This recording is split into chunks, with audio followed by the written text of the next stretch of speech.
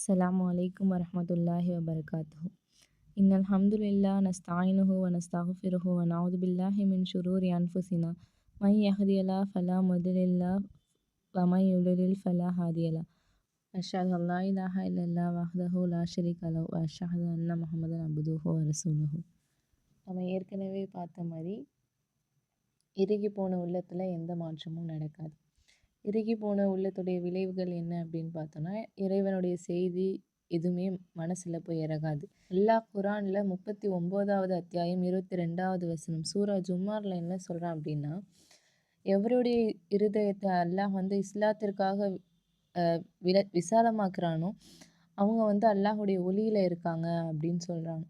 யார் அல்லாஹுடைய நினைவை விட்டும் விலகி போயிருக்காங்களோ அவங்களுடைய இதயம் கடினமாகி விட்டது. அவங்க பகிரங்கமான வழிகேட்டில் இருக்காங்க. நிச்சயமாக அவங்களுக்கு கேடு தான் அப்படின்றத அல்லாஹ் திருக்குறானில் குறிப்பிடுகிறான். இந்த இறுகி போன உள்ளத்துக்கு எடுத்துக்காட்டு அல்லாஹ் யூதர்களை சொல்கிறான். மூசா நபி அலைஹிஸ்ஸலாம் காலத்தில் ஒரு மனிதர் கொல்லப்பட்டுறாங்க. அவங்கள கொலை செஞ்சிருவாங்க. கொலை செஞ்சவங்க யாருன்னு தெரியல, அவங்கள கண்டுபிடிக்கணும் அப்படின்னு சொல்லிட்டு யூதர்கள்லாம் மூசா நபிகிட்ட கேட்பாங்க. யார் கொன்னாங்கன்னு தெரியலப்பா, உங்கள் அல்லாஹ்விடத்துல கேட்டு சொல்லுங்க அப்படின்றத கேட்பாங்க. இந்த செய்தியை அல்லாஹ் குரானில் சொல்லிக்கிட்டே வரான். அத்தியாயம் 2 வசனம் 67லேருந்து 74 வரைக்கும் அப்படியே சொல்லிட்டே வரான். அப்படி யூதர்கள் கேட்கவும் அவங்களும் சரி ஓகே நம்ம அல்லாஹ்விடத்துல கேட்டு பார்ப்போம் அப்படின்னு சொல்லிட்டு அவங்களும் அல்லாஹ்விடத்துல கேட்குறாங்க. அல்லாஹ்கிட்ட கேட்டபோது அல்லாஹ் சொல்கிறான், என்ன சொல்கிறான் அப்படின்னு பார்த்தோன்னா, நீங்கள் ஒரு மாட்டை பிடிச்சி அறுத்து அந்த மாட்டோட ஒரு சதத்துண்டை எடுத்து அந்த கொல்லப்பட்டவங்க மேலே அடிங்க. அவங்களே உயிர் பெற்று யார் கொலை செஞ்சாங்க அப்படின்றத சொல்லுவாங்க.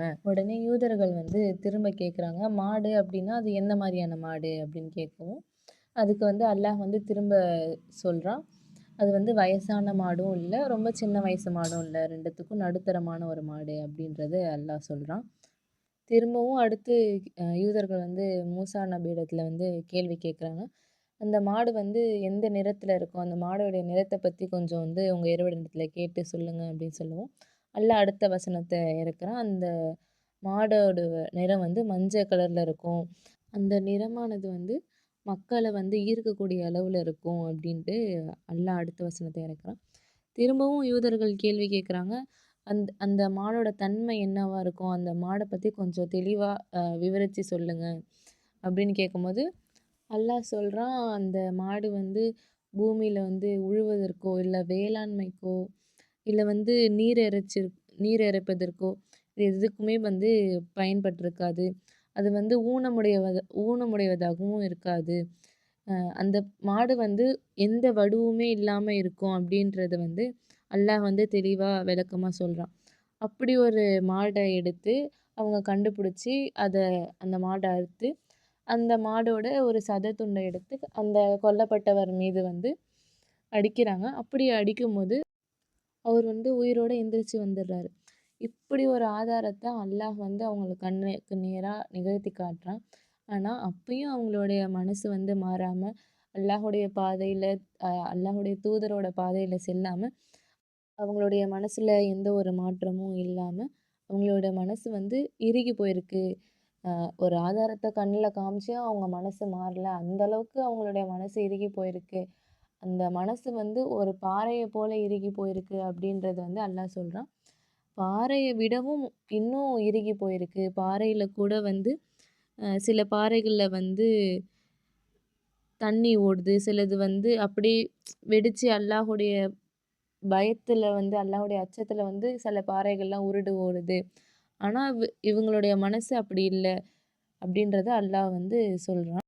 இதற்கு காரணம் அந்த இறுகி போன மனசு தான் அப்படின்றது அல்லாஹ் சொல்கிறான். இந்த இறுகி போன மனசுக்கு அல்லாஹ் இன்னொரு ஆதாரத்தையும் சொல்கிறான். அத்தியாயம் 2 54வது வசனத்தில் திரும்ப யூதர்களை பற்றி அல்லாஹ் சொல்கிறான். யூதர்களுக்கு இவ்வளோ ஆதாரங்களை கண்ணில் காமிச்சோம், நாங்கள் நம்ப மாட்டோம், நாங்கள் அல்லாஹோட எங்கள் கண்ணால் பார்க்கணும் அப்படின்னு யூதர்கள் மூசா நபிகிட்ட முறையிடுறாங்க. அல்லாஹ் என்ன பண்ணுறான், ஒரு பேரிடியை அனுப்பி அந்த இடி அந்த மக்களுக்கு மேலே விழுந்து அவங்க எல்லாருமே இறந்து போயிடுறாங்க. அல்லாஹ் திரும்பவும் அந்த மக்களுக்கு உயிர் கொடுத்து எழுப்புறான். அப்படி எழுப்பியும் அந்த மனிதர்கள் வந்து யூதர்களானவங்க வந்து அல்லாஹ்வுடைய பாதையில நேர்வழியில நடக்கல.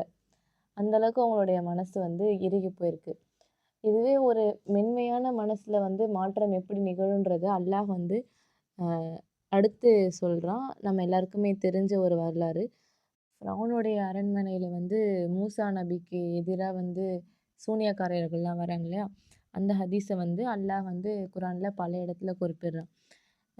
அத்தியாயம் 7 113லேருந்து 126, அத்தியாயம் 20ல 56வது வசனம், அ அத்தியாயம் 26ல 36வது வசனம், அத்தியாயம் 10ல 79வது வசனம், அத்தியாயம் 28ல 35வது வசனம், இந்த மாரி பல இடத்துல குறிப்பிடுறான். மூசா நபிக்கும் வந்திருக்க சூனியக்காரர்களுக்கும் போட்டி நடக்குது. அ சூனியக்காரர்கள் கேட்குறாங்க, "நீங்க முதல்ல ஏறுறீங்களா? இல்ல நாங்க ஏறட்டுமா?" அப்படின்னு கேட்கவும், மூசா நபி சொல்றாங்க, "நீங்களே முதல்ல ஏறிங்க" அப்படின்னு சொல்லவும், அ அவங்க வந்து அந்த மந்திர சாதனங்கள்லாம் வந்து எரிஞ்சபோது, அவங்க மக்கள மயக்குற அளவுக்கு வந்து அ அவங்களுடைய சூனியங்கள்லாம் இருக்கு. அல்லாஹ் வந்து மூசா நபிட்ட சொல்றான், "இப்போ வந்து நீங்க உங்க கையில இருக்கிற தடிய வந்து கீழ போடுங்க." அப்படின்னு சொன்னதும், அ அவங்களும் அந்த கைத்தடிய கீழ போடுறாங்க. கீழ போட்டோனே அந்த கைத்தடி வந்து ஒரு பாம்பா மாறி, அவங்க மத்த சூனியக்காரர்கள் செஞ்ச சூனியங்கள் எல்லாத்தையுமே வந்து டக்கு டக்கு டக்குன்னு வந்து அது விழுங்கிடுது. இத பார்த்து அந்த சூனியக்காரர்கள்லாம் வந்து, "சத்தியம், சத்தியம், இவங்க வந்து அல்லாஹுடைய தூதர் தான். நாங்க வந்து அல்லாஹ்வை பின்பற்றி நடக்கிறோம்." அப்படின்னு சொல்லிட்டு அல்லாஹ்வுக்கு வந்து உடனே சஜ்ஜிதா செஞ்சுடுறாங்க. அப்படி அவர்கள் சஜ்ஜிதா செஞ்சதுக்கப்புறம் வந்து ஃபிரவுன் வந்து கேட்குறான், "உங்களுக்கு யார் அனுமதி குடுத்தா? உங்களுக்கு யாரும் அனுமதி குடுக்கவே இல்லையே! நிச்சயமா உங்களுக்கு வந்து மிகப்பெரிய தண்டனை இருக்கு. உங்களுடைய மாறு கைகளையும், கால்களையும் நாங்க துண்டிச்சு சிலுவையில அடைஞ்சிருவோம்." அப்படின்னு சொல்லவே வந்து அந்த சூனியர்கள்லாம் சொல்றாங்க, "நீ என்ன பெருசா செஞ்சுருவ? என்ன செஞ்சாலும் என்ன வேணாலும் நடக்கட்டும். எல்லா அதிகாரமும் படைச்சவன் அல்லாஹ் மட்டும் தான். இதற்கான கூலிய வந்து அல்லாஹ் எங்களுக்கு குடுப்பான்." அப்படின்னு சூனியக்காரர்கள்லாம் சொல்றாங்க. இதுலேருந்து என்ன புரிய வருதுன்னா, நம்முடைய கல்வி வந்து மென்மையா இருந்துச்சுன்னா, அதற்கான மாற்றம் வந்து ரொம்ப ஈஸியா நடக்கும். இதுக்கு உட்காந்து நம்ம பெரிய பெரிய ஹதீஸோ, இல்ல வந்து ரொம்ப ஆழமா உட்காந்து கவனிக்க வேண்டிய எந்த அவசியமும் இல்ல. நம்மளுடைய மனசு வந்து மென்மையா இருந்துச்சுன்னா, அது அல்லாஹ்வுடைய வார்த்தைகள பார்த்து, அல்லாஹ்வுடைய சாட்சிகள பார்த்து உடனே அந்த மனசு வந்து மாறிடும். இந்த மாற்றத்த பத்தி இன்னொரு அழகான ஒரு உதாரணத்த வந்து நபி ஸல்லல்லாஹு அலைஹி வஸல்லம் அவங்க வந்து சொல்றாங்க. புகாரில வந்து 79வது ஹதீஸா வந்து இது இடம்பெற்றிருக்கு. என்ன அப்படின்னு பார்த்தோம்னா, இப்போ குரான வந்து அவங்க வந்து ஒரு மழையோட உவமைப்படுத்துறாங்க. மழை வருது, பூமிக்கு மழை வருது. அந்த மழைய வந்து உள்வாங்கி மரங்களும், செடிகளும், கொடிகளும் வந்து வெளிய வந்து தள்ளுது. காய்கறியாவோ, இல்ல பழங்களாவோ, இல்ல பூக்களாவோ வந்து அ மக்களுக்கும், அ விலங்குகளுக்கும் பயன்படுற அளவுக்கு வந்து அந்த மழையானது மாறுது. இதுல வந்து இன்னொரு கேட்டகரி இருக்கு. என்ன அப்படின்னு பார்த்தோன்னா, அந்த மழை போயி அ ஆறுகள்லயும், குன்றுகள்லயும், கடல்கள்லயும் சேர்ந்து, அது வந்து வேற ஒரு விதமா வந்து மனிதர்களுக்கு பயன்படுது. அடுத்து வந்து என்னன்னு பார்த்தோன்னா, கட்டான் தரை. அந்த மழை வந்து ஒரு கட்டான் தரையில போய் பட்டு, எந்த எதுக்குமே வந்து பயன்படாம அது அப்படியே வீணா போகுது.